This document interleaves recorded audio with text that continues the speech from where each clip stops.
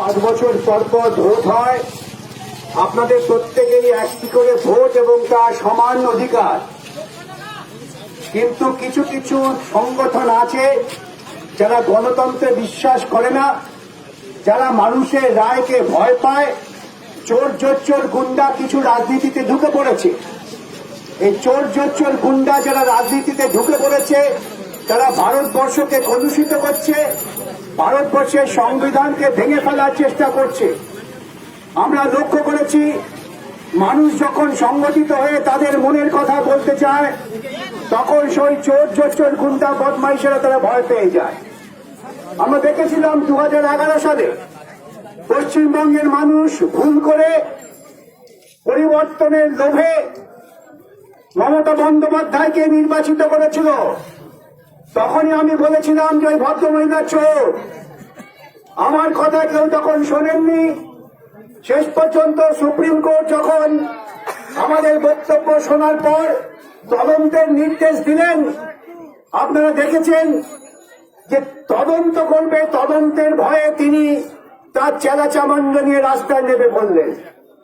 যেই তদন্ত শুরু হলো, একের পর এক তৃণমূলের রাজনৈতিক গুন্ডারা, তিনি সুদীপ বন্দ্যোপাধ্যায় হন, মদন মিত্র হন, বা সে পুলিশ অফিসার রজত দত্ত হন কিংবা কুণাল ঘোষ হন, একের পর এক জেলে যাওয়া শুরু করলেন। তারা জেলে গেলেন তার কারণ তারা মানুষের টাকা লুটপাট করেছেন। এবং তদন্ত যত এগোতে শুরু করলো, আপনারা লক্ষ্য করেছেন যেদিনকে 3রা মার্চ ব্রিগেডে লক্ষ মানুষ জমায়েত হয়েছিলেন, সে লক্ষ মানুষের জমায়েতে 19শে ফেব্রুয়ারির যে ব্রিগেড ছিল, রাজ্য সরকারের সমস্ত সাহায্য নিয়ে গুন্ডাগর্দি করেও তারা সেদিন ব্রিগেডের ময়দান ভর্তি করতে পারেননি।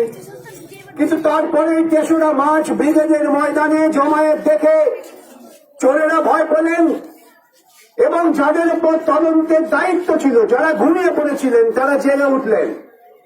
তারা এসে রাজীব কুমার, পুলিশ কমিশনার, এই গুন্ডারা যাদের ওপর নির্ভর করছেন পুলিশের ওপর, আমি সেই গুন্ডাদের একটু সতর্কবাণী দিয়ে যাই আজকে। সেদিন রাজীব কুমারকে যখন সিবিআই থেকে তদন্ত করতে এলো, তখন রাজ্যের মুখ্যমন্ত্রী, ভাবতে পারেন মুখ্যমন্ত্রী হচ্ছেন প্রশাসনের সবার ওপরে, পুলিশ কমিশনার একটা অতি নিম্ন পদের অফিসার, এই ডিজি ডিআইজি র্যাঙ্কের অফিসার নন তিনি। তাকে বাঁচাবার জন্য আমাদের মুখ্যমন্ত্রী রাস্তায় ধর্ণা দিলেন। গোটা দেশের মানুষ জিজ্ঞাসা করতে শুরু করলেন, যেটা কিরকম কথা, একজন পুলিশ কমিশনারকে বাঁচাবার জন্য মুখ্যমন্ত্রী রাস্তায় ধর্ণা দেন। সুপ্রিম কোর্টে মামলা হলো, এখন রাজীব কুমার জেলে যাবেন কি যাবেন না এই নিয়ে আলোচনা চলছে। কিন্তু আমি 2014 সাল থেকে বলে আসছি যে রাজীব কুমার জেলে যাবেন কি যাবেন না বড় কথা নয়, মমতা ব্যানার্জি চলে যাবে। এবং যতদিন ভারতবর্ষের আইন আছে, যতদিন আমরা বামপন্থীরা বেঁচে আছি, এর হাত থেকে মমতা নিষ্কৃতি পাবেন না, আপনারা লিখে নিন। এবং তৃণমূলের যে ভাইয়েরা যারা বিভ্রান্ত হয়ে এখনো ঘাস ফুল ঝান্ডা নিয়ে ঘুরে বেড়াচ্ছেন, ভাবছেন আমরা সিন্ডিকেট করি, আমরা পুরসভার কাউন্সিলর নির্বাচিত হয়েছি বা কমিশনার নির্বাচিত হয়েছি, আমরা সিপিএম এর যে ছেলেটি দেয়াল দিচ্ছে তার হাত ভেঙে দিয়ে তাকে ভয় পাইয়ে দেবো। ভাই জেনে রাখুন, আপনাদের তৃণমূল দল আমাকে ভয় পাওয়াতে পারেনি, আমাদের সাধারণ কর্মীদের ভয় পাওয়াতে পারেনি, তাদের আমরা দৌড় করাচ্ছি। আমাদের বামপন্থী যারা আছি, আমরা বিশ্বাস করি, আপনাকে জানিয়ে দিয়ে যাই, মারবো কম, দৌড় করাবো বেশি। আপনাদের নেত্রী, তাকে আমরা এখনো মারার কথা বলছি না, তিনি দৌড়চ্ছেন। তিনি শুনলাম সিপিআইএম এবং বাম আইনজীবীদের নাম শুনলেই দৌড়ে পালিয়ে বেড়ান। দৌড়ে দৌড়ে কোথায় যাবেন? দৌড়ে দৌড়ে ভাইপোটাও ধরা পড়ে গেছে। ভাইপোটা তার বউ সোনা নিয়ে যাচ্ছিল। আমাকে সুজন বললেন যে অভিষেক বন্দ্যোপাধ্যায় একটা ডিফেমেশন নোটিশ দিয়েছে। আমি সুজনকে বললাম, প্রেস কনফারেন্স করে ওই ডিফেমেশন নোটিশটা আপনি ফেলে দিন এবং বলুন ওকে কোর্টে যেতে। কোর্টে গেলে ওদের নাকে দড়ি দিয়ে ঘুরিয়ে ছেড়ে দেবো। আপনারা দেখেছেন সুজন সে কথা বলেছেন। এবং আজকে দেখলাম সুপ্রিম কোর্ট তারা জবাবদিহি করেছেন কেন সেদিনকে অভিষেকের বউকে বাঁচাবার জন্য রাজ্যের পুলিশ গিয়েছিল। আমি আপনাদের যে গণতান্ত্রিক অধিকার, সে অধিকারটা কেউ আপনাদের দয়ায় দেয়নি। এই গণতান্ত্রিক অধিকার আমরা অর্জন করেছি ইংরেজদের বিরুদ্ধে অনেক লড়াইয়ের মধ্য দিয়ে। অনেক রক্ত দিয়েছেন আমাদের পূর্বজরা। আমার বাপ ঠাকুরদা, আপনার বাপ ঠাকুরদা অনেক রক্ত দিয়ে ব্রিটিশদের তাড়িয়েছে। আমরা একটা ভোটের অধিকার অর্জন করেছি। সেই ভোটটাকে পর্যন্ত ওরা দিতে দেবেন না, ভোটের পক্ষে প্রচার করতে দেবেন না। আজকে আমাদের এখানে আসার একটাই উদ্দেশ্য, আমরা কেউ অস্ত্র নিয়ে আসিনি, হাতে বোমাগুলি নেই।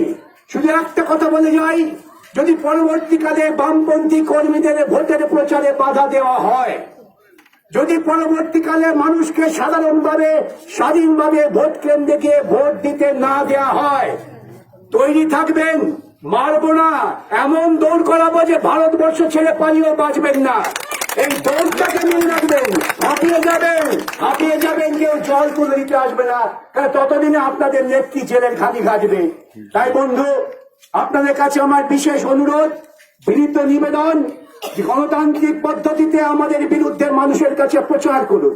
আমরা সাধুবাদ জানাই। প্রত্যেক ঘরে ঘরে গিয়ে বলুন কেন সিপিআইএম এর খেলাফ, কেন সিপিআইএম এর প্রার্থী বিকাশ রঞ্জন ভট্টাচার্যকে ভোট দেবেন না। আমি আমার বন্ধুদের দিয়ে আপনাদের কাছে জল, লবণ, চুষ পাঠিয়ে দেবো, কিন্তু গুন্ডামি করার কথা ভাববেন না। গুন্ডামি করার কথা ভাবলে পরিণতি খুব খারাপ। আবারও বলে যাচ্ছি, মারবো না, কিন্তু এমন দৌড় করাবো যে আপনি হাঁপিয়েও কিন্তু আত্মহত্যা করার জায়গা খুঁজে পাবেন না। এইটা মনে রাখবেন।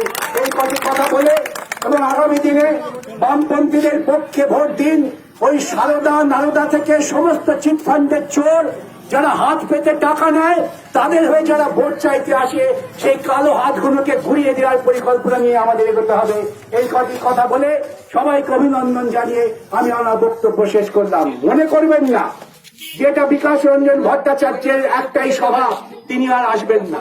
প্রয়োজন হলে প্রতিদিন আসবো, প্রতি ঘন্টায় আসবো, এবং আপনাদের গুন্ডামি বন্ধের জন্য যা করণীয় তাই করবো, এটা মাথায় রাখবেন। এই কথা বলে সমস্ত বামপন্থীদের কর্মীদের পক্ষ থেকে আপনাদের আরেকবার সাধুবাদ জানিয়ে সুগণতান্ত্রিক পথে থাকবার আহ্বান জানিয়ে আমার বক্তব্য শেষ করলাম। নমস্কার। ধন্যবাদ। আমরা মিছিল